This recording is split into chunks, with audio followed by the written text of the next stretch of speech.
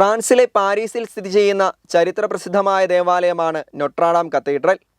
5.5 വർഷമായി നടന്ന പുനരുദ്ധാരണ പ്രവർത്തികൾക്ക് ശേഷം ഡിസംബർ 7-ന് ഈ ദേവാലയം തുറന്നു കൊടുക്കുകയാണ്. French president Emmanuel Macron cathedral സന്ദർശിച്ച് വെഞ്ചരിപ്പ് ഉൾപ്പെടെയുള്ള തിരുക്കർമ്മങ്ങളിലും ഉദ്ഘാടന ചടങ്ങിലും സംസാരിക്കും. ലോകത്തിൻ്റെ മുമ്പിൽ പാരീസിൻ്റെ പ്രതീകമെന്ന നിലയിലാണ് നൊട്രാഡാം കത്തീഡ്രൽ അറിയപ്പെടുന്നത്. 12-ാം നൂറ്റാണ്ടിൽ ഗോത്തിക് വാസ്തുശില്പ ശൈലിയിൽ നിർമ്മിച്ച ദേവാലയമാണ് നൊട്രാഡാം കത്തീഡ്രൽ. ഈ തനിമ അതേപടി നിലനിർത്തിക്കൊണ്ടാണ് ദേവാലയം പുനരുദ്ധരിച്ചിരിക്കുന്നത്. ഫ്രഞ്ച് ചരിത്രത്തിലെ ഇരുണ്ട ദിനങ്ങളിൽ ഒന്നെന്ന് വിശേഷിപ്പിക്കുന്ന 2019 ഏപ്രിൽ 15-നാണ് ദേവാലയം അഗ്നിക്കിരയായത്.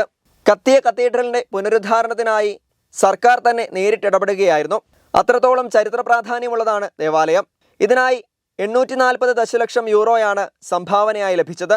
ലോകത്തിൻ്റെ വിവിധ ഭാഗങ്ങളിൽ നിന്നുള്ള നേതാക്കൾ കത്തീഡ്രൽ ഉദ്ഘാടനത്തോടനുബന്ധിച്ച് പാരീസിൽ എത്തിച്ചേരും. പ്രാദേശിക സമയം വൈകുന്നേരം 6 മണിക്ക് archbishop Laurent Ulrich cathedral വാതിലുകളിൽ പ്രതീകാത്മകമായി മുട്ടുന്നതോടെയാണ് ചടങ്ങുകൾ ആരംഭിക്കുന്നത്. ഈ സമയം ദേവാലയത്തിനുള്ളിൽ നിന്ന് സങ്കീർത്തനം ആലപിക്കും. തുടർന്ന് വാതിലുകൾ തുറക്കും. ആർച്ച് ബിഷപ്പ് ഓർഗൻ ആശീർവദിക്കും. തുടർന്ന് മറ്റ് തിരുക്കർമ്മങ്ങളും നടക്കും. തിരുക്കർമ്മങ്ങളുടെയും മറ്റ് പരിപാടികളുടെയും സംപ്രേഷണം ഫ്രഞ്ച് ദേശീയ മാധ്യമങ്ങൾ തത്സമയം സംപ്രേഷണം ചെയ്യുമെന്ന് അറിയിച്ചിട്ടുണ്ട്.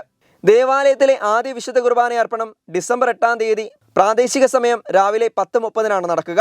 തുടർന്നുള്ള 8 ദിവസങ്ങളിൽ വിവിധ സമയങ്ങളിൽ വിശുദ്ധ കുർബാനകൾ നടക്കും. ഡിസംബർ 8-ന് വൈകുന്നേരം 5:30 മുതൽ 8 വരെയാണ് പൊതുസന്ദർശനങ്ങൾക്കുള്ള അനുമതി ഉണ്ടാവുക.